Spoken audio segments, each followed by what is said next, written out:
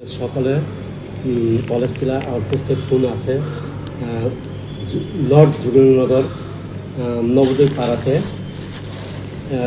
খবর আছে ফাঁসিতে আত্মহত্যা করছে এমন খবর পাই আমরা স্পটে যাইয়া দেখি।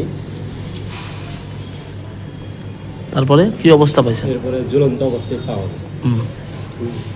তারপরে আমরা কাজ করব, তদন্ত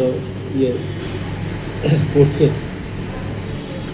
কি কারণে মানে এরকম করছে? সে আসলে ডেলি নেশা করতে গতকাল, এই কারণে তারা পরিবার থেকে জানতে পারছে। কি নাম? বাদল বমিক, বয়স? 49। বাড়ি কোনখানে? বাড়ি নর্থ যুগলনগর নবোদয় পাড়া। কি করতো কাজ এমনিতে? কিছু আগে অটো চালাতো, এখন কিছু করে না। বাড়িতে কোনো ঝগড়া হয়েছিল? কিছু ঝগড়া তো এমন কোনো কিছু মানে কেউ করছে না, বাড়ি থেকে এমন নাই।